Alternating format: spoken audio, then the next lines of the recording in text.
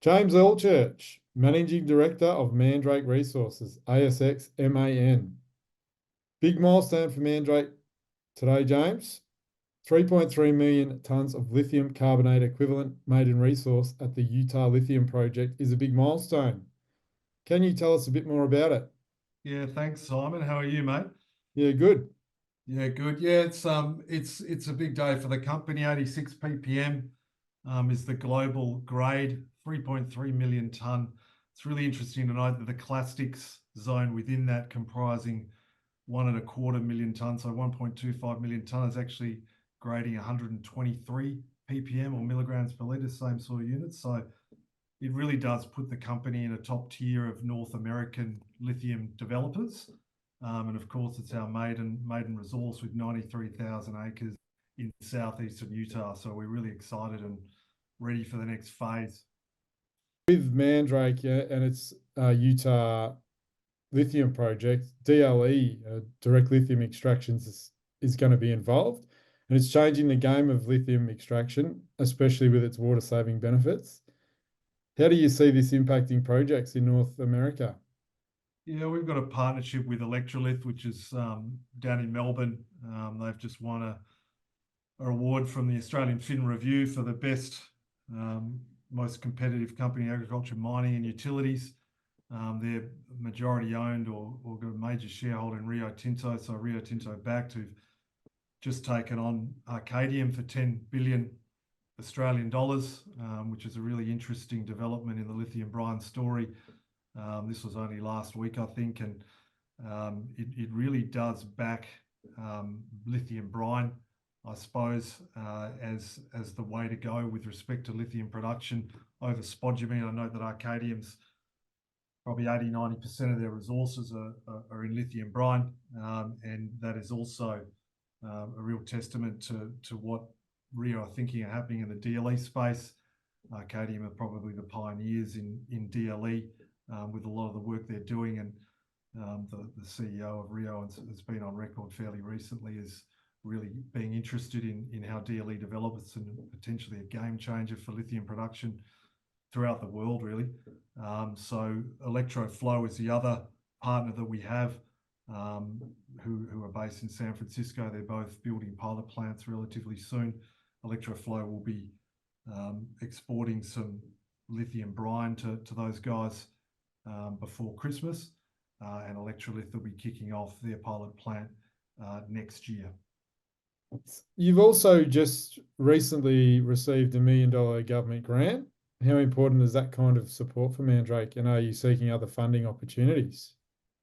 Yeah, we certainly are. So that 1 million has come through, which is fantastic, and we've got two other applications that are still with the government being assessed, and we're putting another further application together, which is due mid next month for another $3.8 million. The $1 million that we've successfully been granted is going to be used for the forthcoming work to be done at the project, and that is re-entering existing wells. It's really important to note that the resource that we've developed to date, the 3.3 million tonne, has been done fairly inexpensively and utilising existing data sets. So re-entering existing oil and gas wells, keeping in mind we're in an old oil and gas field that's produced well over 10 million barrels of oil, and we have real upside with respect to tonnes, with respect to grade, because the water that we've collected and the historical sampling that's been done has targeted formations that have been perforated by the oil and gas companies to access hydrocarbons, not to access lithium. So we've identified, through the technical work that we've done, we've identified a number of formations that we strongly suspect host high-grade lithium brines, and we will be re-entering wells to perforate those zones, to produce those zones and test those zones. Furthermore, in the same re-entry work, we'll be conducting pump testing on the Leadville, which is half of the resource, basically. So we'll be pumping that and conducting porosity and permeability work, which will enable the Leadville component of our resource to be elevated to indicated from its current status of inferred, which will then allow the company to commence scoping studies. I mean, we've commenced them anyway, but then allow them to publish scoping studies and increase the confidence of the resource as a result. And obviously with that re-entry work, we'll be able to supply electrolith and electroflow, as I mentioned, with brine for their pilot plants, and that's going to be sort of between 70 and 100 ton brine. So it'll be sort of 3 birds with 1 stone with the forthcoming work. And with the $1 million application that was granted, we'll be able to apply that money to that work. So it'll largely be subsidised by the DOE grant of $1 million you mentioned. That's fantastic. I know you've touched on a lot of this already, James, but just in terms of the next steps for the Lithium Utah project, what should we sort of expect? I know, is there anything else that you haven't mentioned? Not really. I mean, it's you know, the 3.3 million tonne, as I said, is a conservative resource, both in size and concentration, in my view, given the work that we've done. We've got seismic, we've got 150 petrophysical logs for all of the wells. And so we think there's real upside in increasing the lithium concentration through accessing specific lithium hosts, high-grade lithium hosts.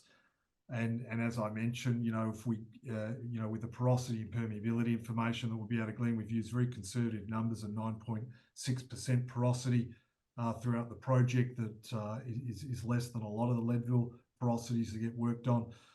Once you increase the porosity, you increase the amount of brine and therefore the size of the resource as well. So that'll generate a lot of news flow through bettering the existing resource. Then what I mentioned, the applications that are outstanding and the funding applications that we are funding or completing at the present moment. So that'll all come in as well over the next little while. And we're starting to commence conversations with potential off-takers, you know, the automobile industry and big oil and gas majors. I think now we've got a resource. I think in the United States, it's the sort of business environment, I guess, where in order to be taken seriously, you need to present with a resource and something to hang your hat on, and we now have that. So I'm heading over there a couple of weeks' time. I have a series of meetings and a conference and get promoting the company in that sphere. That's great. It's a really exciting day for Mandrake today, James, and thanks very much for your time. Thanks, Simon. Take care.